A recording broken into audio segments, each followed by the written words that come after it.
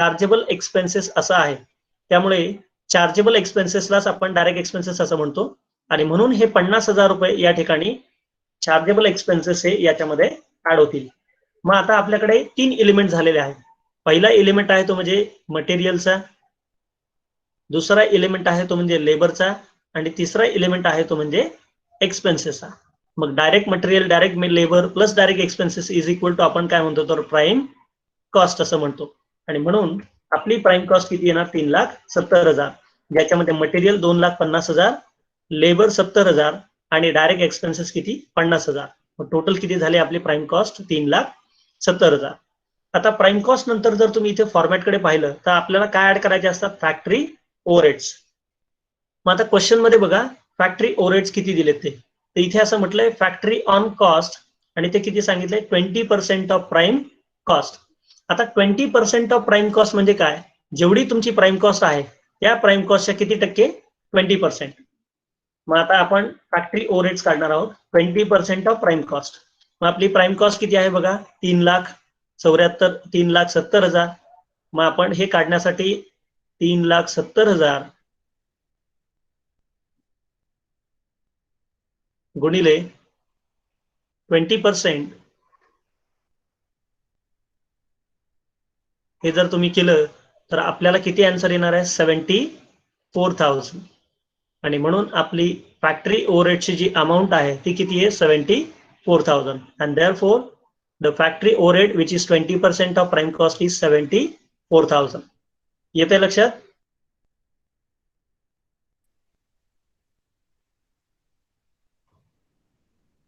कुणीतरी रिप्लाय द्या, अनम्यूट करा तुम्हाला स्वतःला.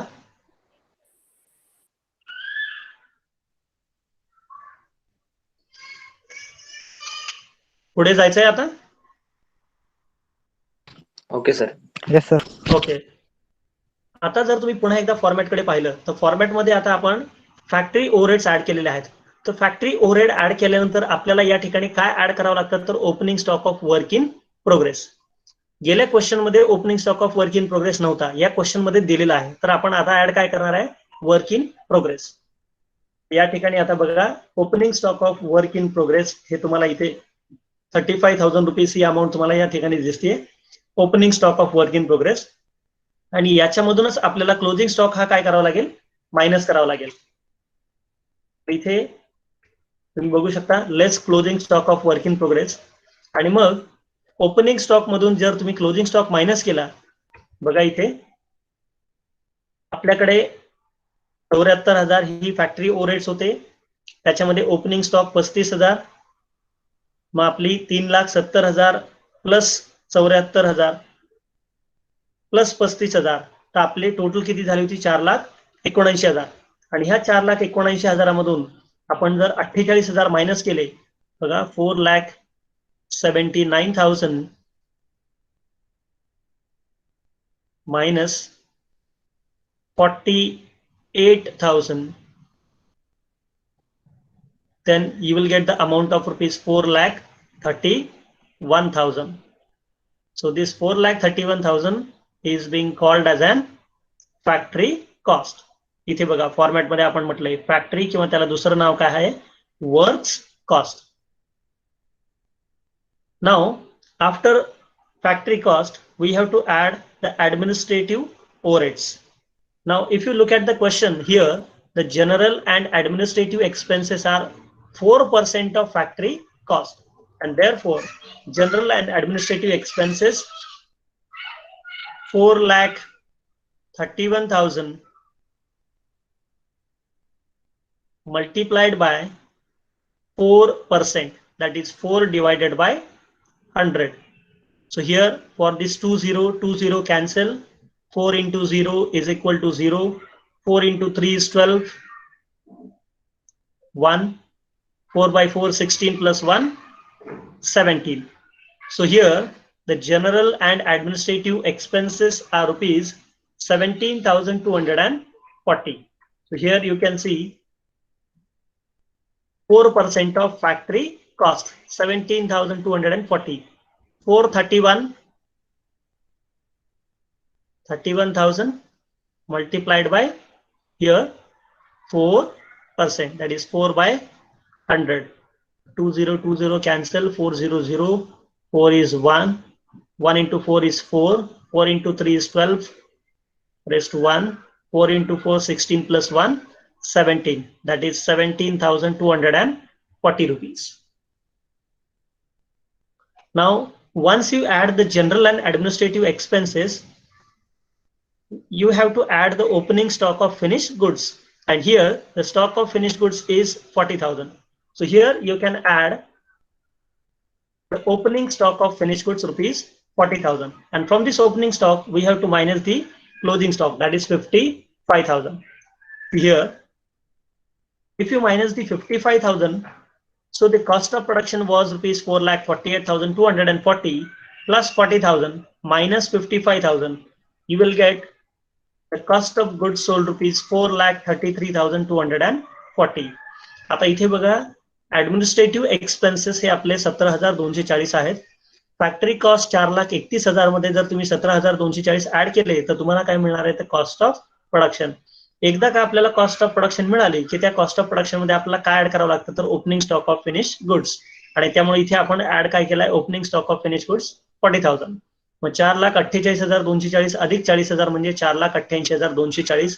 हे आपल्याकडे काय झालं, तर cost of goods available for sale 4,88,240. याच्यामधून आपण closing stock of finish goods हा मायनस केलेला आहे 55,000. मग आपल्याला काय मिळणार आहे, 4,33,000. बघा इथे कॉस्ट ऑफ गुड्स सोल्ड, आणि त्यामुळे इथे कॉस्ट ऑफ गुड्स सोल्ड किती आली आहे, 4,33,240 रुपीज. म्हणजे 4,33,240 ही आपली काय cost of goods sold. Cost of goods sold याचा अर्थ असा आहे की तुम्ही आता हा जो माल आहे तो माल मार्केटमध्ये विकण्यासाठी तुम्हाला याची किती किंमत आलेली आहे, तर 4,33,240. परंतु विक्रीचा काही खर्च तुम्हाला अजूनही याच्यामध्ये करायचा बाकी आहे. That is the next overhead that we have to add over here is selling and distribution overhead. If you look at the question, selling and distribution expenses, it is given 5% of production cost. Now 5% of cost of production. So here you can see add the selling and distribution expenses, which is 5% of production cost. Here the cost of production is 4,48,240. So 4,48,240 multiplied by, if you do this 5%, you will get the amount of rupees 21,662. That is 21,662. And after the addition of selling and distribution overheads, you will get the finally cost of sales. The another name for this is called as an total cost. It means this is the cost of manufacturing the entire production of the company, and therefore cost of goods sold is also called as an total cost. Now here the question is, in the entire problem the amount of sales is not mentioned and we have to calculate the sales. Now for sales, what is the formula for sales? Sales is equal to cost plus profit. So for calculating the sales, we have a cost. How much is our cost? Cost is 4,54,902 rupees. Now we have to add profit. So here, if you look at this, profit percentage is given, that is 20% on sales. It means that we don't know the amount of sales and we have to calculate the profit on sales. So when such type of question is given, at that time you need to follow the formula, and that formula is sales is equal to cost plus profit. Everybody, am I audible clearly? Yes, sir. Because this is the important calculation that I am telling you, because this type of questions may be there in the notebook or maybe in the textbook, but you could not able to get the what is the amount of, how the amount of sales has been calculated. So that is the reason I am giving you the formula. So please note down this formula into your notebook because it is important. Whenever the amount of sales is not given and the profit is given on sales, at that time you have to use the formula sales is equal to cost price plus profit. Now simply, when they are saying profit is 20% on sales, you have to assume sales is rupees 100, and if the amount of sales is rupees 100, and what is the quantum of profit? Profit is 20. So if the profit is 20, sales price is 100, then what will be the amount of cost price? 80. Are you getting me? सगळ्यांना लक्षात येतंय का? Yes sir. बघा इथे आपल्याला problem मध्ये सेल्सची amount दिलेली नाहीये, आपल्याला सेल्स काढायचे आहेत आणि त्यांनी काय सांगितलंय की जो प्रॉफिट आहे तो प्रॉफिट किती % आहे, सेल्सच्या 20%. जेव्हा अशा प्रकारची परिस्थिती आपल्या समोर उद्भवणार आहे त्यावेळेला आपण एकच फॉर्म्युला लक्षात ठेवायचा, तो म्हणजे काय, तो सेल्स बरोबर कॉस्ट प्राइस प्लस प्रॉफिट. आता जेव्हा हा 20% ऑन सेल्स असं जेव्हा म्हटलं जातं ऑन सेल्स, तेव्हा सेल्स किती पकडायचा आपण, 100.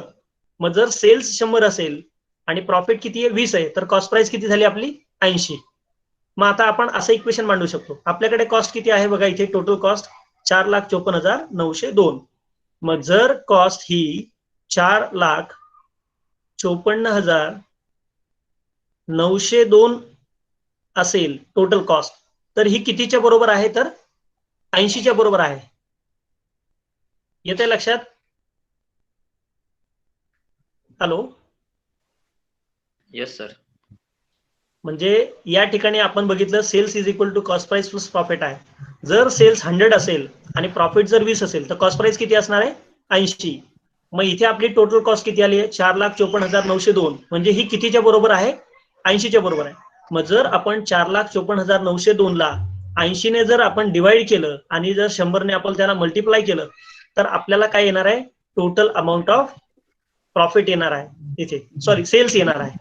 मग जर तुम्ही त्याचं मल्टिप्लिकेशन करून बघितलं तर तुम्हाला त्या ठिकाणी सेल्सची अमाऊंट मिळेल बघा 5,68,628. आता ही अमाऊंट कशी आली, तर ही अमाऊंट काढण्यासाठी आपण 4,54,902 भागिले 80, कारण ही 80%च्या बरोबर ना, आणि याला गुणिले काय केलं आपण इथे 100 केलं. जर तुम्ही हे कॅल्क्युलेशन केलं तर तुम्हाला अमाऊंट किती मिळेल, 5,68,628. मग 5,68,628 ही आपली काय आलाय, अमाऊंट ऑफ सेल्स आलेला आहे. मग जर सेल्स आपला 5,68,628 असेल तर 4,54,902 वजा 5,68,628 आपलं जे काही प्रॉफिट असणार आहे तर किती असणार आहे, तर 1,13,726. लक्षात आलंय सगळ्यांच्या? Yes sir. आता हे काढण्याचा आणखीन एक सिंपल फॉर्म्युला बघा इथे मी तुम्हाला सांगतो की हे कसं काढतात.